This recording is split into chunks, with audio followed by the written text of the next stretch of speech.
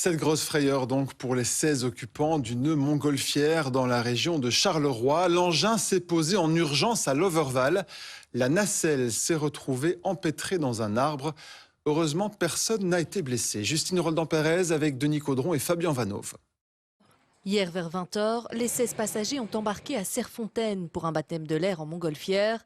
Jusque-là, rien d'anormal, sauf qu'au bout d'une heure de vol, le pilote est surpris par plusieurs coups de vent.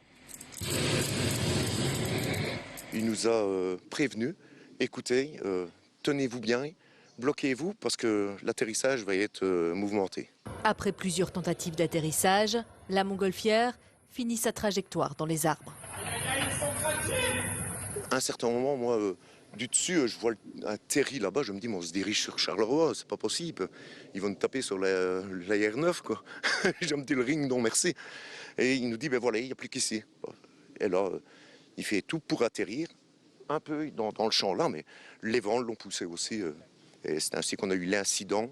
Une scène très surprenante, notamment pour Benoît, puisque c'est au fond de son jardin que la montgolfière a atterri en urgence. J'ai appelé directement le 112 et je me suis précipité pour voir s'il n'y avait pas de blessés. Et miracle, il n'y avait rien du tout. Donc voilà, tout se termine bien.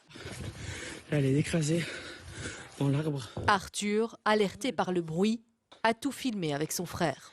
Mais surtout, ça fait beaucoup de bruit. En plus, on a l'écho du bois qui vient jusque chez nous et ça faisait quand même pas mal de bruit. On a vraiment cru que elle allait exploser, limite ou quoi, si elle avait un trou.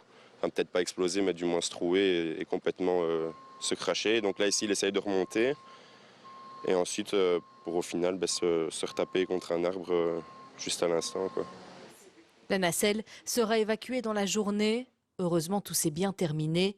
Daniel nous confie d'ailleurs que cela restera un moment inoubliable. Je dois voler avec quelqu'un, ce sera avec lui, mais pas aujourd'hui. Il faut me laisser un peu de temps.